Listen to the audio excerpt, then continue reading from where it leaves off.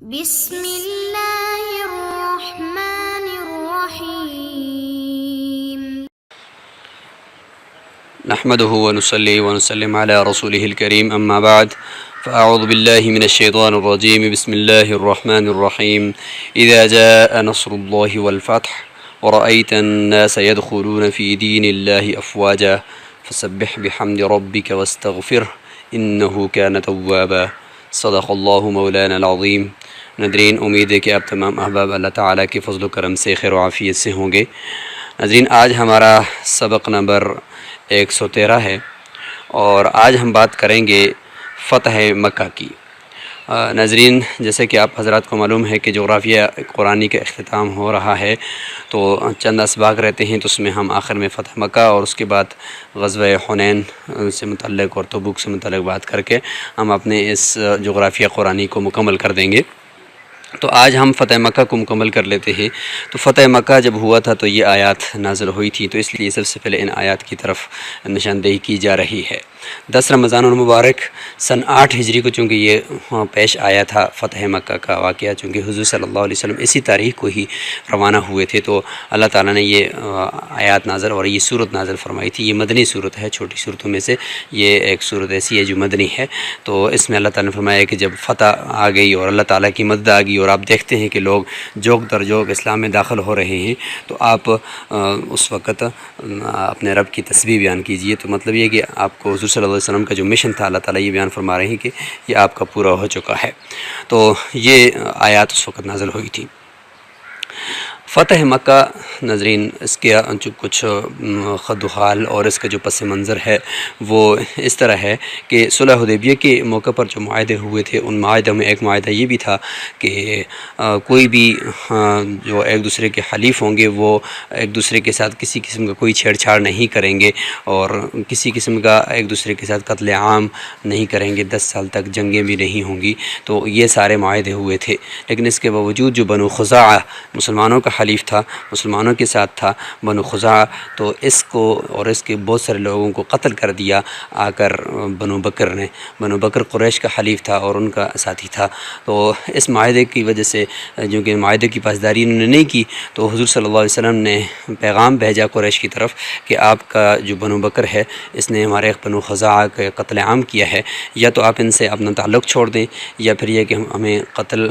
کا جو خون بہا ہے وہ دے دیں، یا پھر تیسرے نمبر پر یہ ہے کہ آپ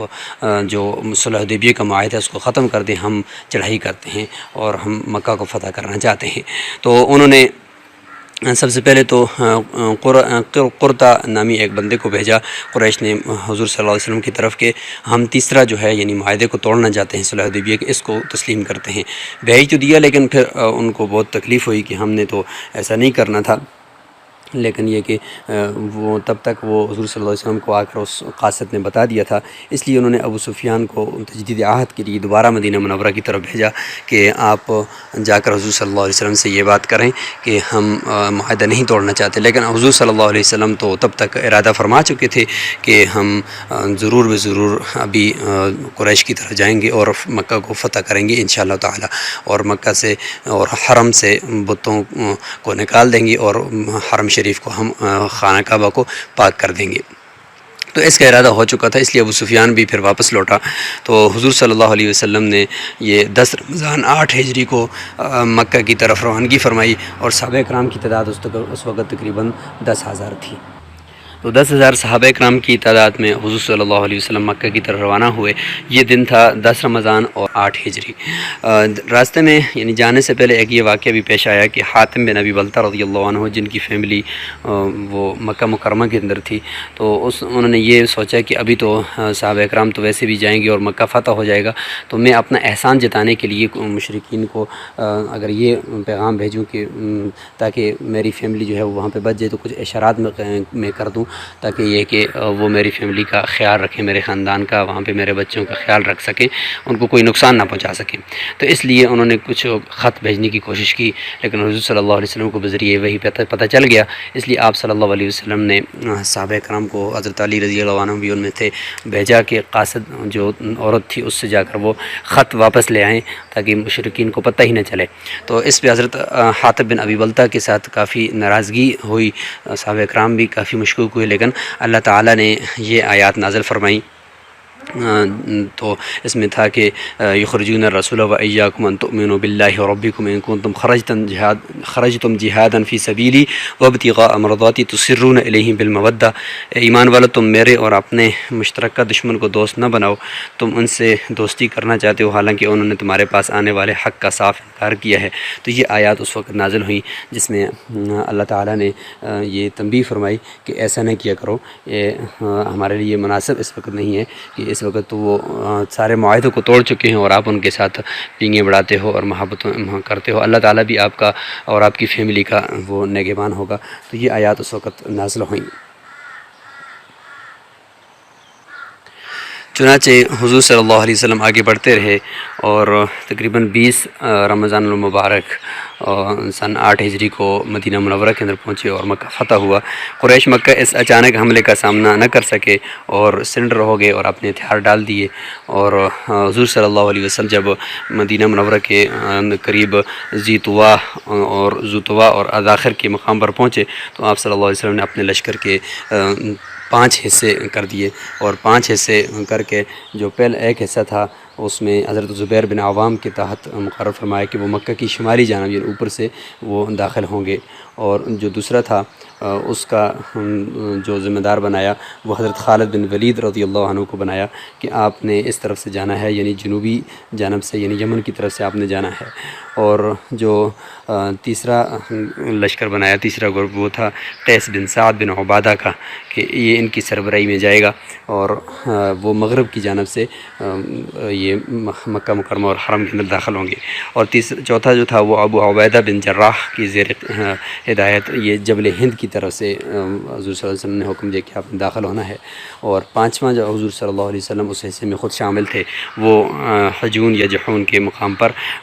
وہ حضور صلی اللہ علیہ وسلم کے ساتھ وہ لشکر مکہ پہنچا اور وہاں سے اندر حرم میں داخل ہوا۔ تو یہ 5 بنا دیے تھے اس وقت۔ تو یہاں پہ ہم نقشہ بھی دکھا دیتے ہیں، یہاں پہ اگر آپ قریب میں دیکھیں تو یہ اوپر زیتوا ہے، یعنی زیتوا کے مقام پر حضور صلی اللہ علیہ وسلم ٹھہرے ہیں، پھر وہاں سے یہ دیکھیں ایک تیر جو لگا ہوا ہے یہ بتا رہا ہے کہ حضرت زبیر بن عوام رضی اللہ عنہ یہ اوپر سے داخل ہوئے ہوں گے اپنے لشکر کو لے کر، اور یہ ان کا راستہ تھا۔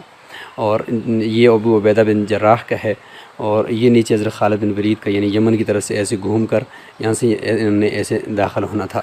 اور ادھر سے یہ قیس بن عبادہ کا یہ زرد کلر کا ہے، اور یہ حضور صلی اللہ علیہ وسلم کا خود راستہ ہے۔ یہاں سے یہ اس جگہ پہ آ کر حضور صلی اللہ علیہ وسلم نے پراؤ ڈالا ہے، اور پھر یہاں سے آتے ہوئے یہاں پہ اس طریقے سے یہ داخل ہوئے ہیں۔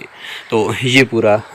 نقشہ تھا جس میں انہوں نے کوشش یہ کی ہے کہ پورے حرم کو اور پورے مکہ کو گھیر دیا جائے تاکہ یہ کہ کسی قسم کا کوئی ان کی طرف سے مقابلہ نہ ہو۔ تو کچھ بھی کسی نے بھی نہیں کیا، صرف یمن کی طرف سے خالد بن ولید رضی اللہ عنہ کے ساتھ چند لوگوں نے مقابلہ کیا تھا، لیکن یہ کہ باقی سارا ماحول صاف تھا، اور حضور صلی اللہ علیہ وسلم خانہ کعبہ کے اندر تشریف لے گئے، اور وہاں پہ آپ صلی اللہ علیہ وسلم نے